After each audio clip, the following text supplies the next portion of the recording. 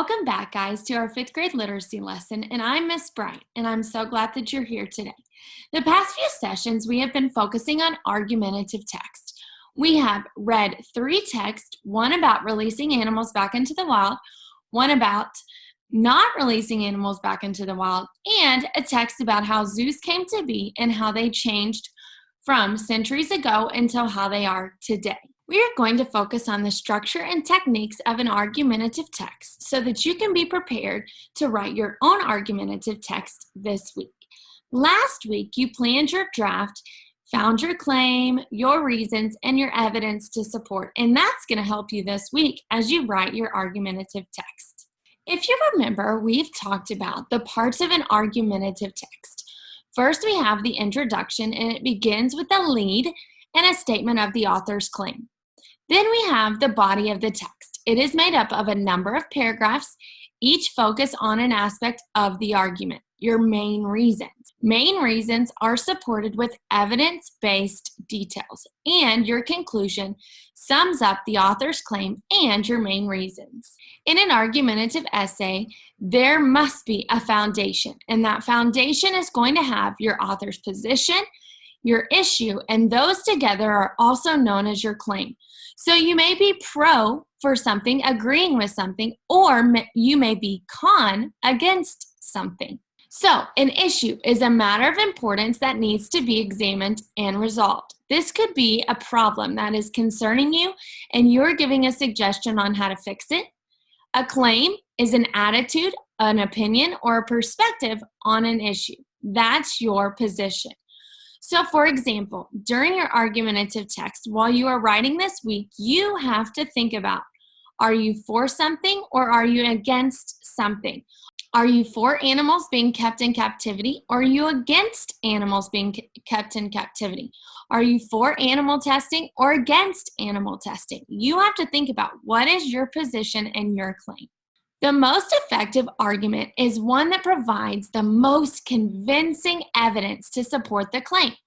Remember, your audience is someone that doesn't agree with you, and so you are trying to persuade them and talk them into thinking in a different way.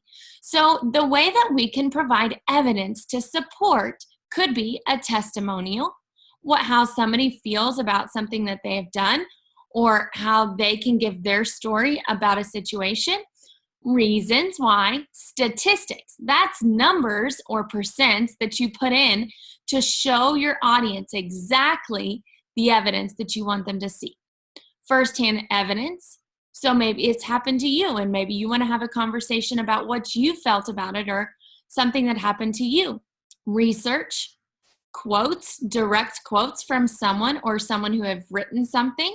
Specific examples, an anecdote, remember, a story that connects to the reader, or a survey. So maybe you're writing and you want to tell them that you conducted a survey and you want to talk about what you did and the outcomes.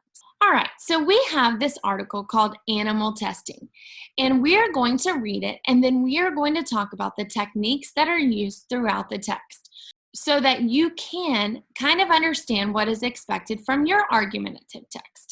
So I'm going to annotate on this text, but first I'm going to read the text to you. Animal testing. Just about every medical achievement in the 20th century has relied on use of animals in some way. Many of our vaccines, such as polio, would not have been possible without using animals for testing.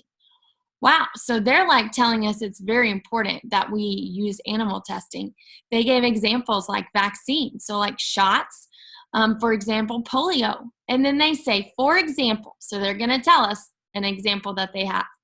We would not have the research to help people with diabetes who would not have had the quality of life they enjoy today. Despite these benefits, some people believe that using animals for research is cruel and that they should not be used for testing. This essay will discuss the advantages of animal testing. So this first introduction paragraph tells us what they're going to tell us about, and they kind of mention the opposing opinion. Using animals allows scientists to test new drugs and create new medicine. Mice and rats are used frequently in the United States. There are similarities between animals and humans. Using comparative medicine, scientists can gain an insight to many genetic disorders. Studying cockroaches who can regenerate damaged nerves and sharks who rarely get cancer can offer valuable information without putting humans at risk. If test drugs prove ineffective in animals, it's likely that they would be ineffective in humans.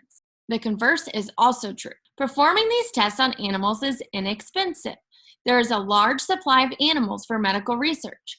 Some of the animals are purpose-bred, while others may be caught in the wild. Providing the cost of medical care for testing humans would prohibitively be expensive, and research would take much longer. Keeping expenses low means that patients may receive benefits much sooner. Some people argue that animal testing is cruel. While this may be true in some instances, the research is done by veterinarians and animal health technicians, individuals who deeply care about animals. Their number one goal is to ensure the well-being of these animals. They seek to minimize the distress and discomfort to make sure the quality of the data is successful. Also, most counties have specific legislation that set a high standard of guidelines for laboratories and the professional who work with them. Other people who disagree with animal testing claim that the information is not reliable because it applies to animals. It doesn't necessarily apply to humans. However, scientists use animals that have biological systems very similar to humans. For instance, mice share 94% of DNA with humans. So when studying genetic disorders such as Parkinson's disease or Down syndrome, researchers can draw relevant conclusions based on the shared DNA. Animal and the human sometimes share the same cardiovascular and skin system. It is true, animals and humans are different, but there are enough to warrant the vitality of the experiments. Animal testing is needed and should continue to allow human beings the quality of life they deserve. It is our duty to support legislation that provides for care and the protection of animals while continuing the valuable research opportunities these creatures can provide. So once again, at the end of the text, there's a claim. So let's look. Important for me to make sure that I number my paragraphs, especially if they don't have it. And then let's look. So animal testing is the issue and the topic. This is what the whole text is about, animal testing. Now, by just reading animal testing, we don't know what the author's claim is because it could be for animal testing, it could be against animal testing. But here is where the claim is said. This essay will discuss the advantages of animal testing. Right there, plain as day, we did not question what the claim was. They gave an example. They said, for example, we would not have the research to help people with diabetes who would not have the quality of life they enjoy today. Despite these benefits, some people believe using animals for research is cruel and that they should not be used for testing. This essay is going to discuss the advantages. And so the author was very clear about what their claim was. And you will see there, when in a second, we're going to talk about their reason. So if you look right here in paragraph 2, using animals allows scientists to test new drugs and create new medicine. This is their first reason. And the reason is testing to create new drugs. They were saying it's helpful for us to test on animals these new medicines to see if they are going to work for humans. And the testing on animals gives an opportunity for scientists to do that. In paragraph 3, we have reason number 2, cost effective. So it was saying that if we were to test on humans, that would cost a lot more money than just getting animals from the wild to test on, or animals that were purposely bred. But it helps us to get medicine faster to patients because we can test on animals that there are more of. And reason 3, is it cruel? And so right here, now the first sentence isn't the claim that says some people argue that animal testing is cruel. That's a sentence that kind of hints to what the claim could be, but you have to keep reading. So it's not always the first sentence of the paragraph. While this might be true in some instances, the research is done by veterinarians, animal health technicians, individuals who deeply care about animals. So we needed to make sure that the claim is that the people who are doing it care for animals. But the question that it's answering is it cruel? Reason 4 is reliable. Is it reliable? Other people who disagree with animal testing claim that the information is not reliable because animals are different than people. However, so that first sentence wasn't the claim, but it was pointing to what the claim was going to be. However, scientists use animals that have biological systems very similar to humans. And so that is the fourth reason, that it's reliable. People think it might not be, but it actually is. And then at the end, we have restates the claim. So animal testing is needed and should continue to allow human beings the quality of life they deserve. And so the author started this article with their claim and then finished with their claim. All right, so we have our 4 reasons picked out. We have our claims underlined in the introduction and the conclusion.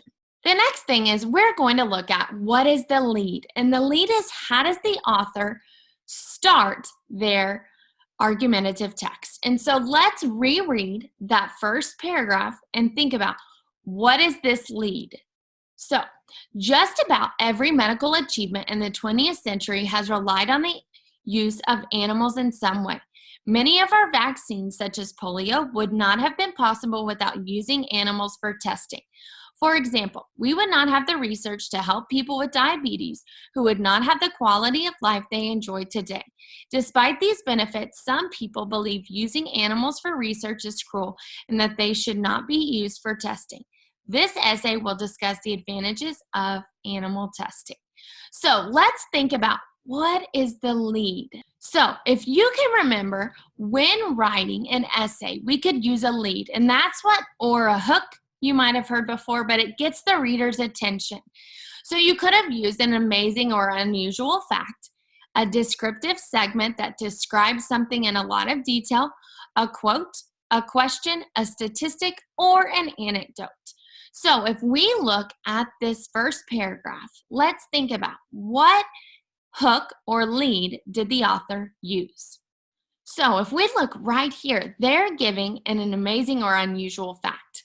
They are talking about that every medical achievement in the last 20th century has relied on the use of animals in some way. And then it begins to talk to us about specific medical issues, as in polio or diabetes, and it gets your reader's attention, like, oh, I had no clue that is what helps diabetic people today, is they were testing things on animals.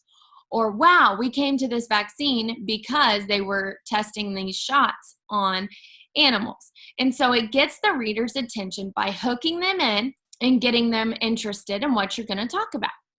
All right, so let's kind of review what we have so far. So we have the claim of, we should use animals for testing, and then there are 4 reasons. Testing to create new drugs, cost effective, it is not cruel, but the question was, is it cruel?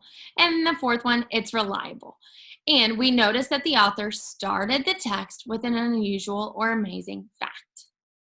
So we're going to pause right here, and I'm going to teach you about the golden bricks. In an argumentative pillar, it looks like this: introduction, reason, reason, reason, and you have evidences to support, and then you have a conclusion.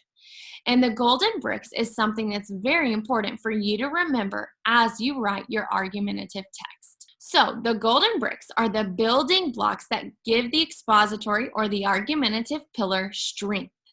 Whatever pillar you are using as far as expository, whether that is just informational or it's argumentative, these golden bricks help make that writing way more powerful.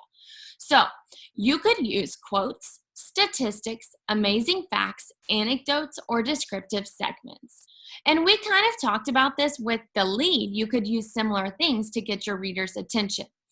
Authors research and use golden bricks to enhance their writing and make a more powerful impact on the reader.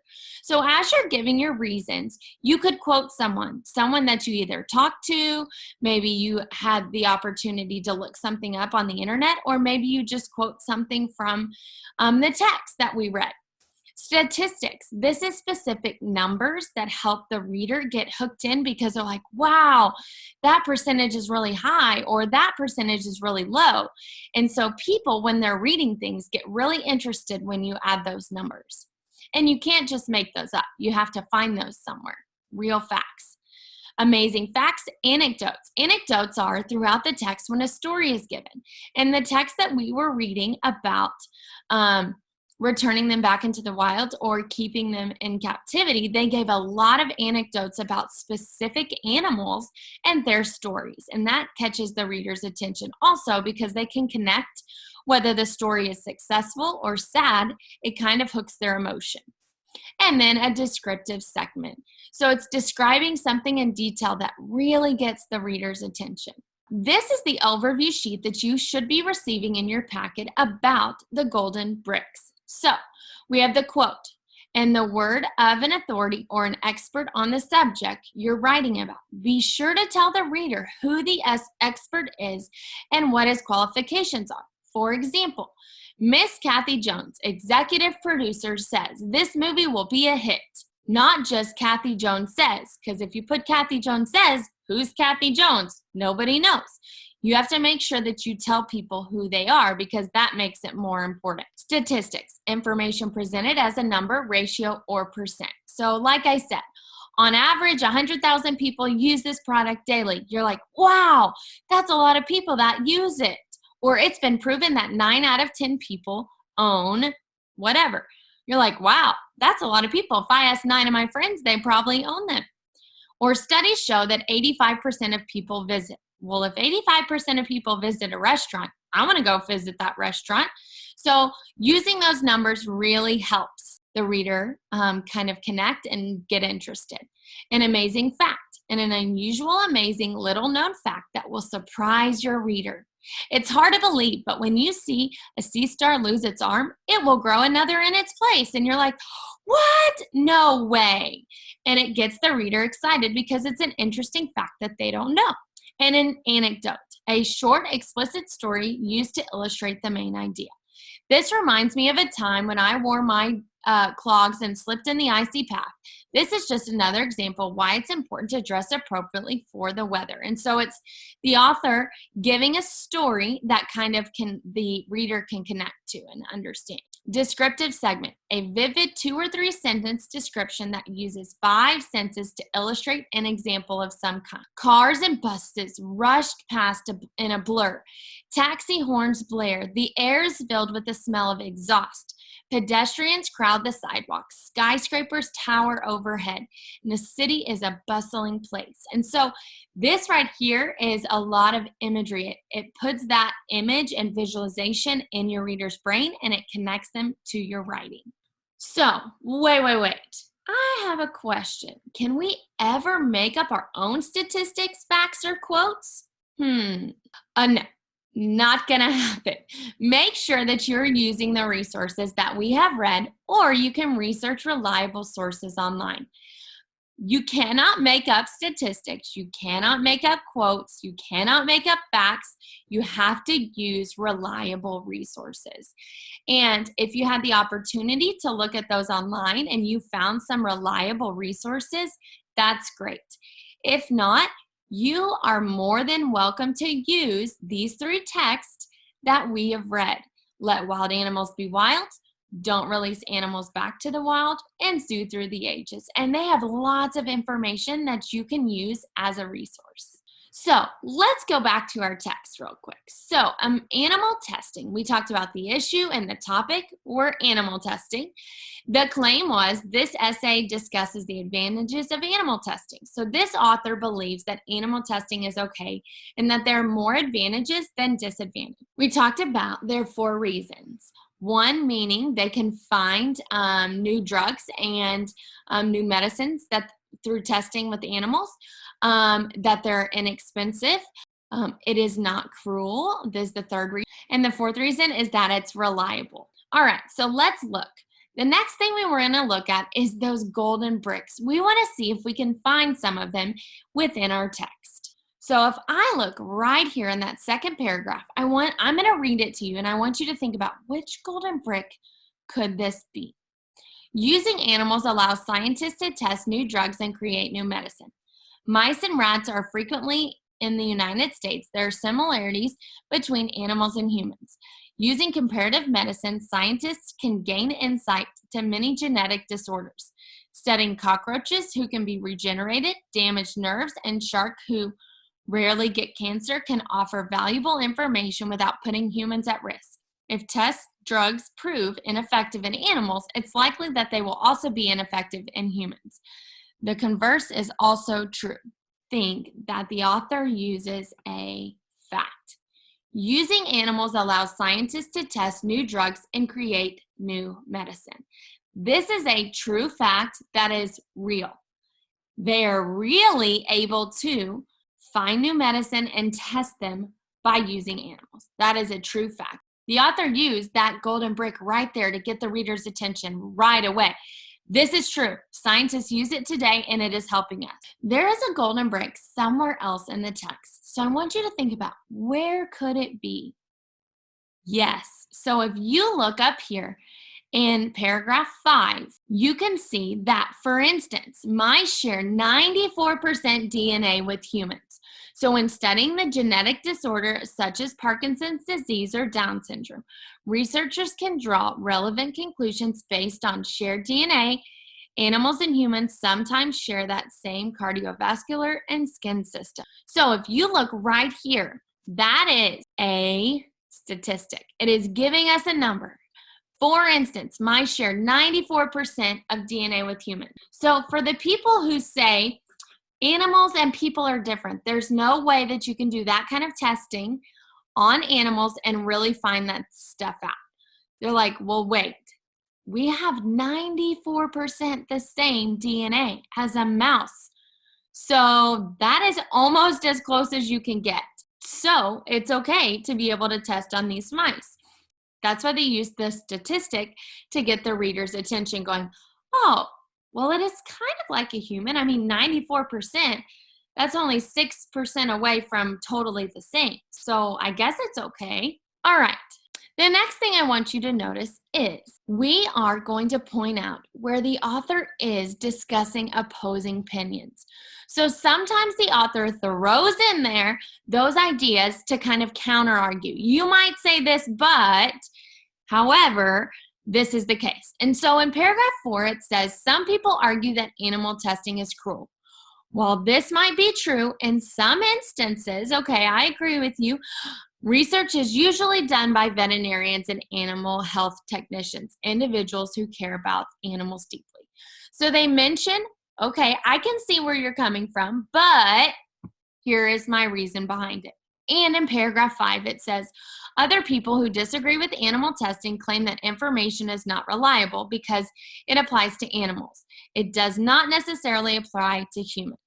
So the author right there states, okay, some people who don't agree with me might say this. However, scientists use animals that have biological systems similar to humans. So it has the counterclaim, like this is what they're saying. I'm going to tell you, here's my reason why, and here's my statistic to follow, because that helps the reader really get their attention by saying, you think this, but let me inform you a little more. All right, so let's look at my personal text that I am going to be writing in an argumentative text. So my claim was animals should not be kept in captivity. And I have shown you this when we previously met. My first reason was we are responsible for taking care of our natural world. And my second reason is zoo life or captivity has a negative effect. And so I just want to talk you through what my introduction is going to look like so that you can kind of get a feeling about what yours might look like as well. So I am going to share with you my draft of the introduction to my argumentative text. Now, remember, this is a draft. The next time we're going to meet, I'm going to revise and I'm going to edit it, and I'm going to really look at what I need to improve. But this is what I have so far, so I thought I'd share. A worthless imitation of the grasslands is more like a cage with netting from floor to what seems like the heavens. I feel as if I'm just a trophy for show. They expect me to jump and dive after meat hanging from the tree, like it's a game. I desire to play and run free away from these what they call humans.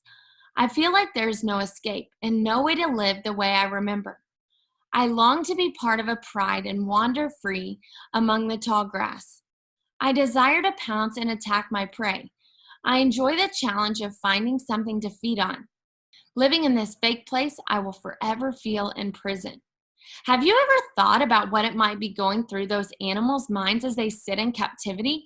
Many believe the zoos or sanctuaries are what is best to help our ecosystem and animals to survive or thrive. But this belief is selfish and cruel. This essay will discuss the disadvantages of animals in captivity. So, this is just my beginning and it's just my draft, but I want to talk about what I used to help me get started on this argumentative text. So, let's look. So, I used a lead that was a descriptive segment, but I also used a question.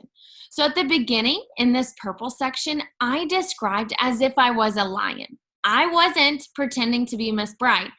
I was being a lion in captivity, and I was putting the reader in the brain of the lion, saying this is a worthless imitation. So this is a fake grassland, and it's more like a cage that has netting from floor to seems the heavens.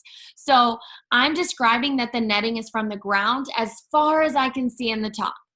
And it feels like I'm a trophy for show, like I'm out to show everybody. They expect me to jump and dive after meat hanging from the tree. It's like a game. I desire to play and run free away from these, what they call humans. So right there, if you didn't realize that maybe I was being an animal, now you know, because I'm calling the other people that are there humans. I feel like there's no escape, no way to live the way I remember. So I'm an animal that has been in the wild, but then brought to a zoo. I long to be part of a pride and wander free among the tall grass. I desire to pounce and attack my prey. I enjoy the challenge of finding something to feed on. Living in this fake place, I will forever feel in prison. So right there, some figurative language saying that they're comparing the zoo like a prison. And then I use a question. Have you ever thought about what might be going on through those animals' minds as they sit in captivity?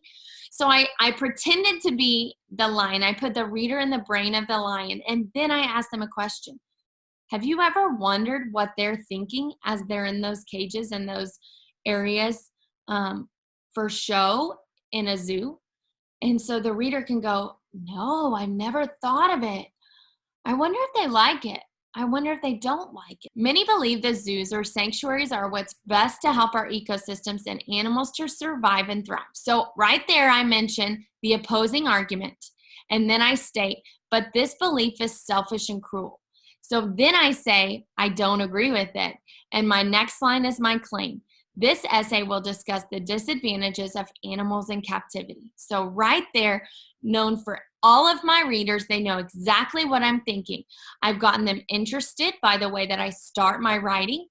I state the opposing opinion and tell them that that's not okay. And then I state my claim.